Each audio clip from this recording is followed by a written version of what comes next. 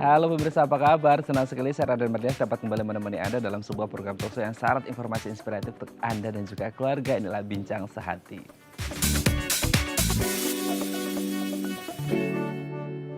Ya pemirsa, pagi hari ini Jakarta dan sekitarnya itu diguyur gerimis gitu ya. Ada mendung, ada gerimis menuju ke hujan. Nah memang kalau di akhir November, awal Desember, pokoknya di penghujung tahun, ini memang kita di Indonesia khususnya ini memasuki namanya musim hujan. Nah salah satu hal yang juga harus diantisipasi ketika musim hujan adalah berkembang biaknya mikroba, virus dan lain sebagainya yang sangat cepat. Nah oleh karena itu kita harus bisa pintar-pintar jaga kesehatan kita, terutama untuk anak-anak kita yang mungkin rentan gitu ya kalau bisa sakit di musim hujan. Nah inilah topik yang akan kita bahas hari ini, yaitu anak sehat di musim hujan. Nah sebelum membahasnya kita akan membahas terlebih dahulu nih beberapa fakta terkait ajari hidup sehat ke anak. Kita lihat yang pertama ya.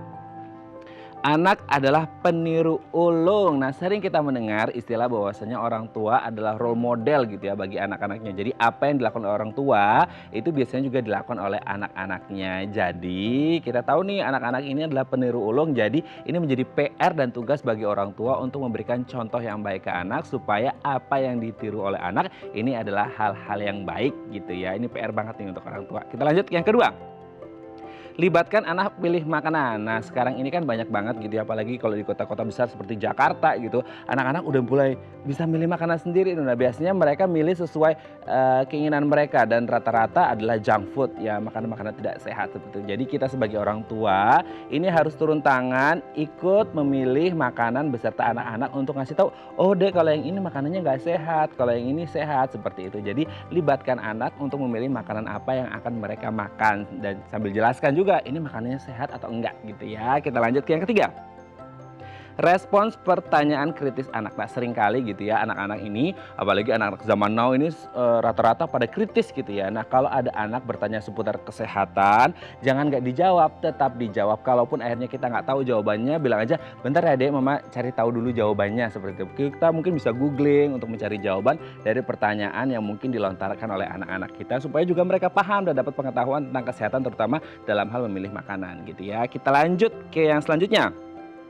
Jaga anak tetap aktif. Nah ini mungkin menjadi PR gitu ya selama pandemi ini, ketika mereka harus study from home, nggak banyak kegiatan di luar rumah, nggak banyak ketemu teman. Akhirnya banyak yang kemudian PW, tidur-tiduran, main gawai seperti itu. Nah kalau bisa supaya anak tetap sehat, ajarkan mereka untuk tetap aktif gitu ya, bergerak secara fisik. Oke, kita lihat yang terakhir. Anak sehat, anak bahagia. Pasti anak yang bahagia adalah anak yang sehat. Gak mungkin kalau anaknya sakit-sakitan mereka akan bahagia. Jadi ini PR banget untuk orang tua agar membuat anaknya sehat supaya anaknya bahagia. Oke, itu dia tadi 5 fakta ajari hidup sehat ke anak, dan kami akan membahasnya sesaat lagi. Tetap bersama kami di Bincang Sehati.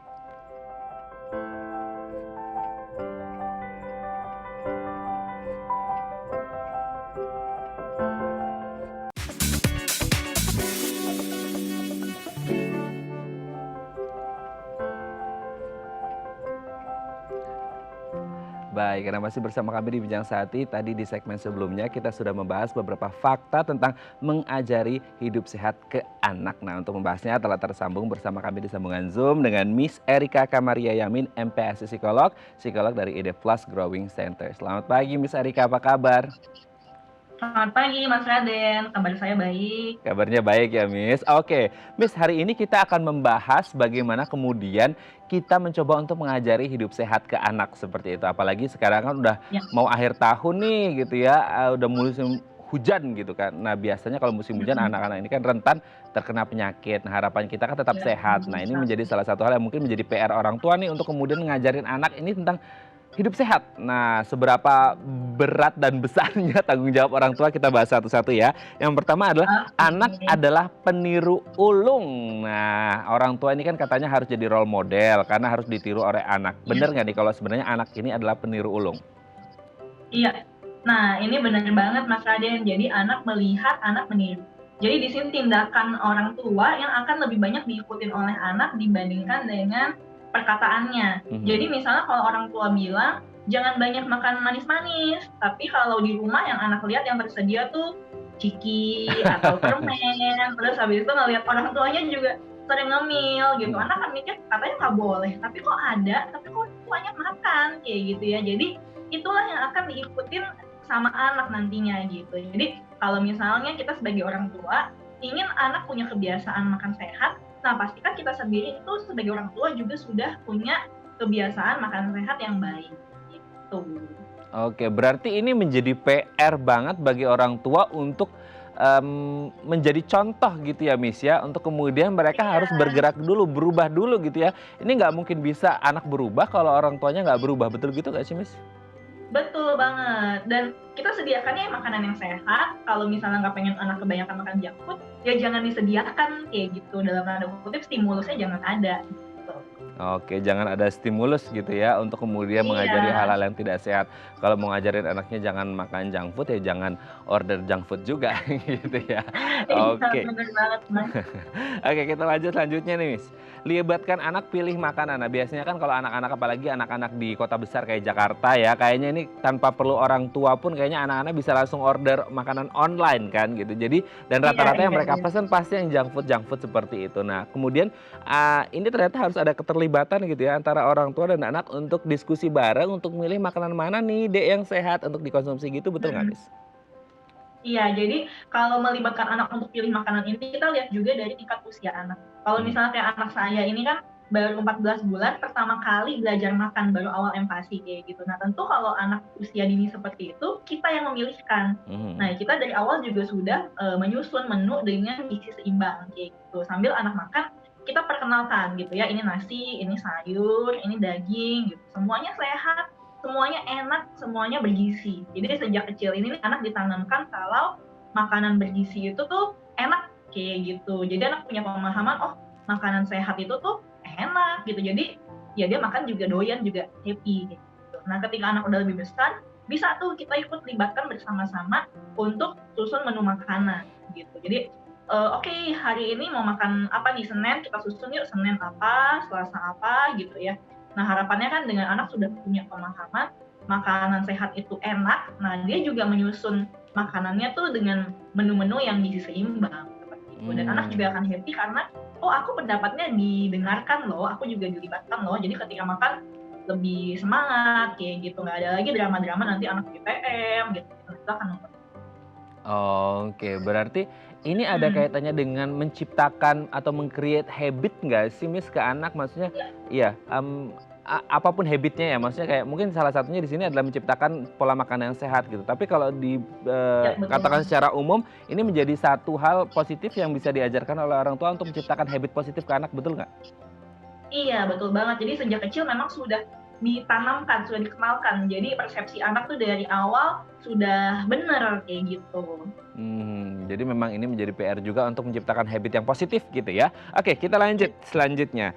Respons pertanyaan kritis anak. Nah, biasanya kan kalau orang tua ngasih tahu ke anak ini juga mungkin jadi PR orang tua juga nih, Miss. Ketika bilang, Mhm, "Dek, jangan makan yang ini," dalam hal tanda kutip junk mhm. food gitu ya, karena nggak sehat gitu. Terus anaknya, "Kenapa, Ma? Nggak sehat?" "Ya pokoknya nggak sehat deh, jangan dimakan." Nah, akhirnya kan Kan anak mungkin enak jadi gitu kayak ya.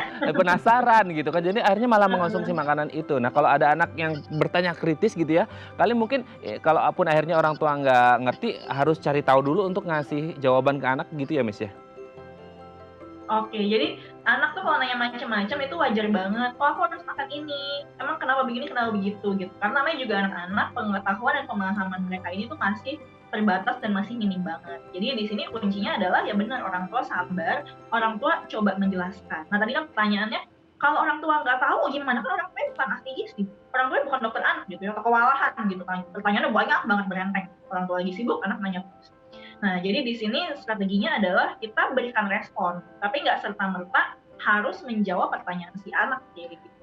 Misalnya kita bisa tanya balik kepada anak, kalau menurut adek kenapa? Kenapa harus makan sayur ya? Kayak gitu.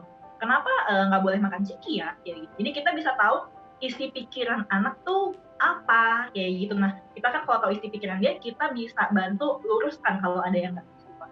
Nah, terus kalau misalnya kita nggak tahu jawabannya, kita bisa respon juga. Oh, menarik nih ya pertanyaannya. Nanti coba kita cari tahu bareng-bareng ya. Gitu.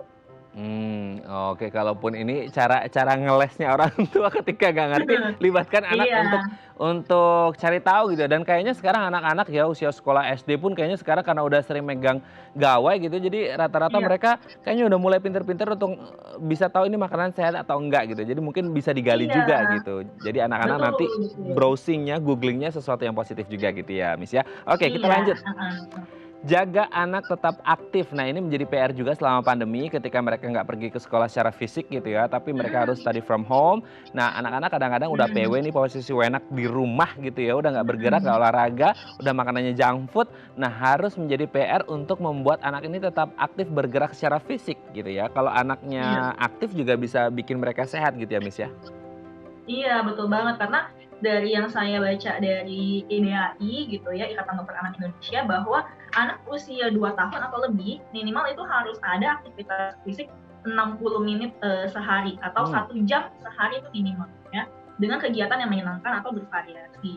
Nah, karena kegiatan fisik ini nih, membawa banyak manfaatnya nih, mengurangi berbagai macam resiko penyakit kayak gitu ya.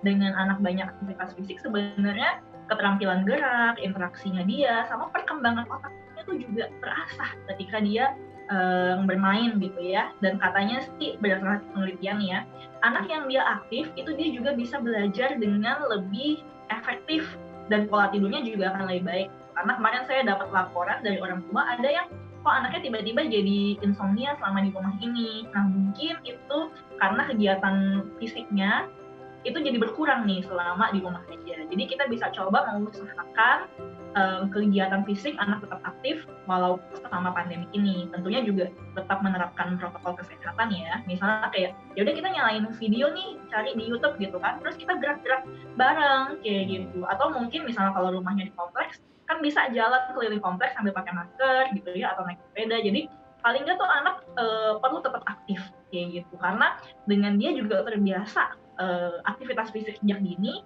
nah ini akan membentuk habit tadi nih, gaya hidup dia sampai nanti dewasa, juga akan jadi orang dewasa yang aktif gitu, dan itu pasti kan menyehatkan juga. Ini juga berarti, lagi-lagi ya, ini orang tua harus jadi role model menciptakan sesuatu hal yang positif, katakanlah seperti tadi keliling kompleks, perumahan gitu ya, di sekitar rumah kita, ini juga jangan dibiarin sendirian juga anaknya gitu, harus ada role model orang tua juga. Nah, ini juga bisa menjadi hal yang Menemani positif, gitu dampak ya. positif orang tuanya juga jadi lebih sehat gitu ya. Iya, betul Oke, kita banget. yang terakhir nih, Miss. Anak sehat, Mhm, anak bahagia ya, kalau nggak sehat pasti nggak bahagia ya. Nah, apakah kemudian iya. selalu identik anak yang sehat ini pasti akan bahagia gitu, Miss? Iya, nah di sini kan kita kenal istilah yang namanya mens sana in corpore sano. Jadi di dalam tubuh yang sehat terdapat jiwa yang sehat juga.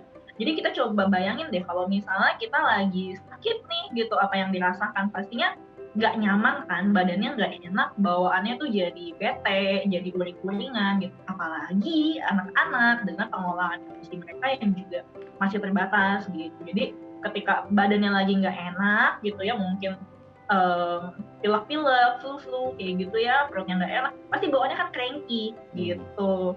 Nah, jadi ketika anak juga sehat, daya tahan tubuhnya kan juga akan lebih kuat gitu, anak bisa aktif, bergerak, melakukan apapun yang dia suka, nah tentunya ini akan menunjang dia untuk bisa bertumbuh dan berkembang dengan lebih optimal. Bertumbuh dan berkembang secara optimal. Tapi Miss, kalau pertanyaannya gini, ini kan hal yang positif gitu Mhm, ya untuk kemudian diajarkan ke anak. iya, Nah, ketika mulai mungkin umur-umur mulai dari 2 tahun, 3 tahun udah mulai diajari dari dini gitu ya dan tercipta habit, mhm. mungkin nggak sih kemudian habit positif ini akan terbawa sampai mungkin mereka dewasa gitu? Jadi kayak penting banget berarti ya harus mengajarkan habit positif dari anak dari dini gitu? Oh iya, tentu penting banget. Justru sedini mungkin itu efeknya akan lebih baik. Kayak usia 2 tahun itu kan anak masih masa-masa, golden age gitu kan. Semakin dini anak tuh otaknya tuh menyerap informasi itu lebih cepat kayak Mmm. gitu. Jadi sedini mungkin kita menanamkan, pola hidup sehat, makan sehat, pola hidup aktif bergerak gitu. Nah, ini akan lebih mungkin untuk membentuk, pola hidup kebiasaan si anak ini sampai dia dewasa nanti kayak gitu. Oke, berarti memang generasi harapan kita ke depan ini bisa ditentukan dari bagaimana orang tua mengajari anak habit positif sedari dini gitu ya. Kalau mungkin agak telat ya agak berat juga untuk Betul, kemudian sebenarnya mengajarkan hal yang positif. lebih Baik, terima susah, pasti kasih lebih Miss susah. Erika sudah berbagi bersama kami pagi hari ini di Bincang Ya, Sehati. sama-sama. Sehat-sehat terus dan salam untuk anak di rumah dan keluarga. Terima kasih, selamat pagi. Ya, makasih Mas Raden. Baik, pemirsa, selanjutnya kita akan membahas tema kita hari ini. Bagi Anda yang memiliki pertanyaan, Anda bisa menghubungi kami di nomor 0212903244 atau DM Instagram kami di @bincangsehatidayatv. Kami akan segera kembali.